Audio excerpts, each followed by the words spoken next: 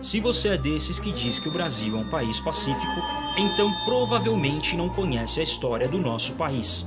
No vídeo de hoje, a Guerra do Paraguai.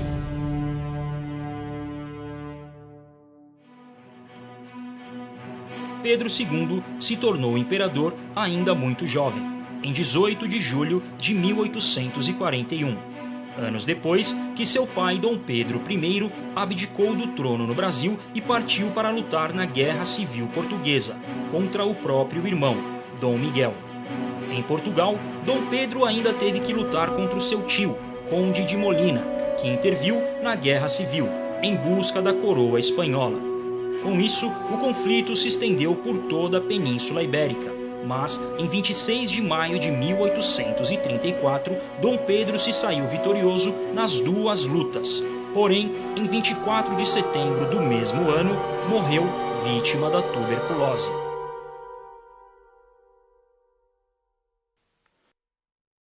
Durante quase todo o século XIX, essas eram cenas comuns no Império Brasileiro. O maior país da América do Sul ainda adotava a escravidão como prática social. Mas, em 1845, o parlamento britânico adotou a proibição do tráfico de escravos pelo Atlântico, o que gerou um sentimento anti-britânico nos escravagistas brasileiros. Pedro II sempre foi contrário à escravidão. Ele, que jamais teve um escravo, achava essa prática vergonhosa, mas não tinha apoio suficiente para a abolição. Durante o início do governo de Pedro II, o Brasil viveu um momento de prosperidade econômica e passou a ser visto com bons olhos por outros países. Mas, em 1862, uma crise diplomática quase colocou Brasil e Grã-Bretanha em guerra, depois do saqueamento de um navio britânico na costa do Rio Grande do Sul e da prisão de 2 marinheiros da Marinha Real Britânica acusados de briga por embriaguez no Rio de Janeiro. A crise teve o seu ponto máximo quando Brasil e Grã-Bretanha anunciaram o rompimento de suas relações diplomáticas. Foi durante a crise com a Grã-Bretanha que Dom Pedro II decidiu ajudar Venâncio Flores a voltar ao poder no Uruguai, que estava em guerra civil. Essa era uma forma do Brasil demonstrar a sua força militar e articulação internacional.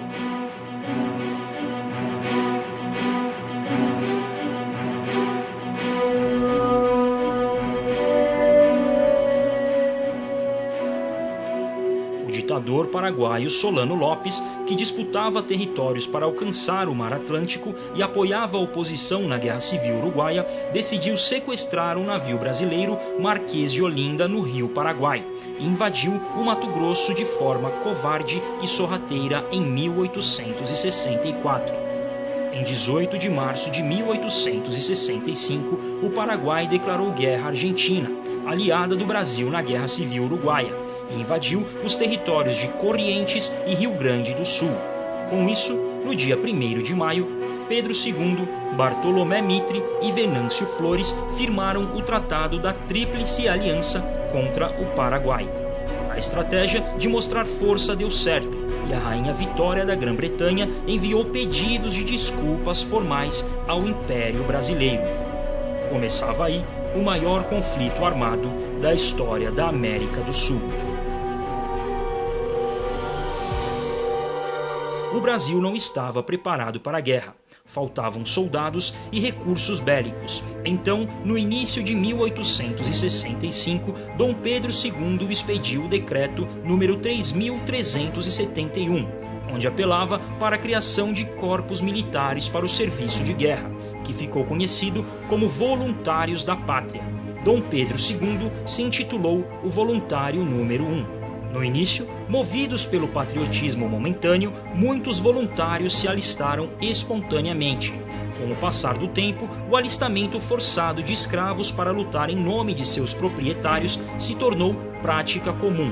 Aqueles que não tinham posses alistavam seus filhos, sobrinhos ou agregados. O o exército paraguaio era muito superior por conta do investimento pesado de Solano Lopes nas forças de defesa do seu país.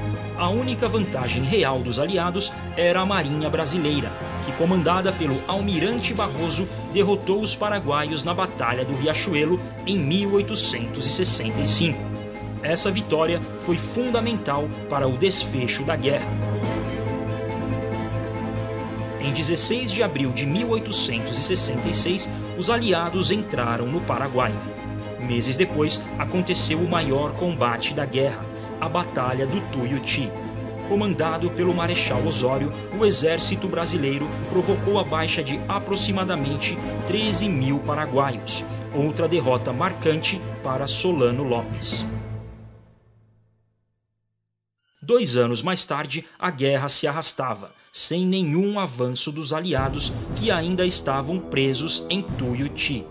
Então, o Duque de Caxias é convocado para colocar ordem no acampamento e comandar as tropas brasileiras.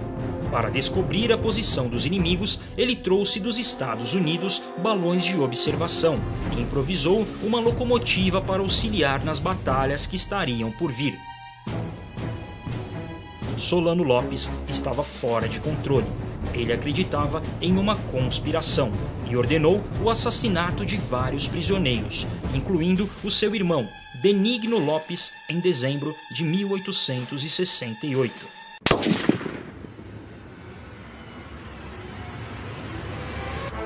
Agora preparados e bem comandados, os aliados partiram para uma série de batalhas que ficaram conhecidas no Brasil como Dezembrada, onde, comandado por Duque de Caxias, o exército brasileiro praticamente aniquilou as forças paraguaias.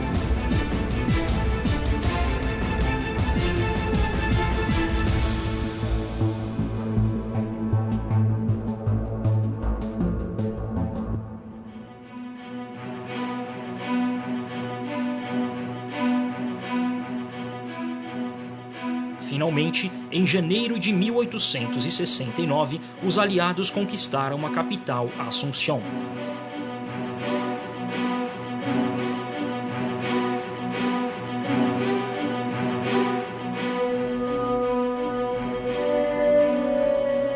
Para Duque de Caxias, era o fim da guerra.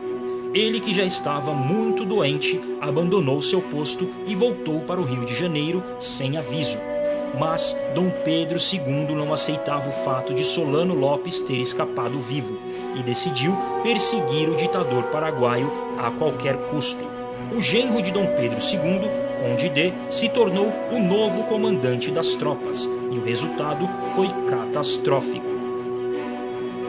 Praticamente sem homens para lutar, o Paraguai usou mulheres e crianças na frente de batalha para retardar o avanço do exército brasileiro, que mesmo assim seguiu em frente, deixando um rastro de destruição.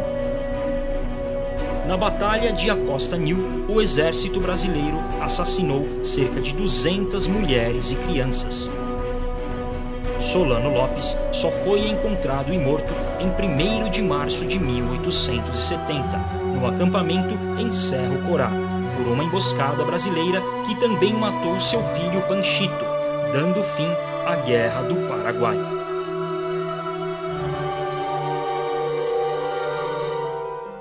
Estima-se que ao final da guerra, cerca de 300 mil paraguaios tinham perdido suas vidas nos campos de batalha ou em decorrência de doenças como a cólera. Algumas pesquisas mais drásticas apontam que o Paraguai perdeu até 69% de sua população. A guerra se mostrou uma tragédia para toda a região, e com o Brasil não foi diferente. O alto custo em armamentos e infraestrutura de guerra afundou o império em dívidas com bancos do exterior. Em 15 de novembro de 1889, o Brasil se tornou uma república, através de um golpe de Estado. 2 dias depois, Dom Pedro e sua família foram expulsos do país.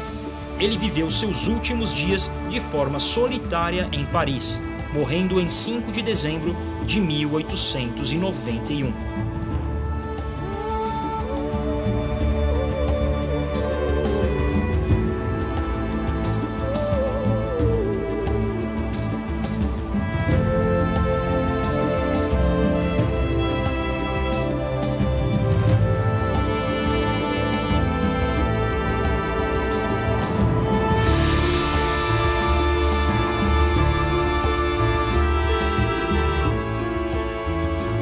Se você assistiu até aqui, deixa o seu like, compartilhe com os amigos e, claro, se inscreva no canal. Valeu, galera, e até o próximo vídeo.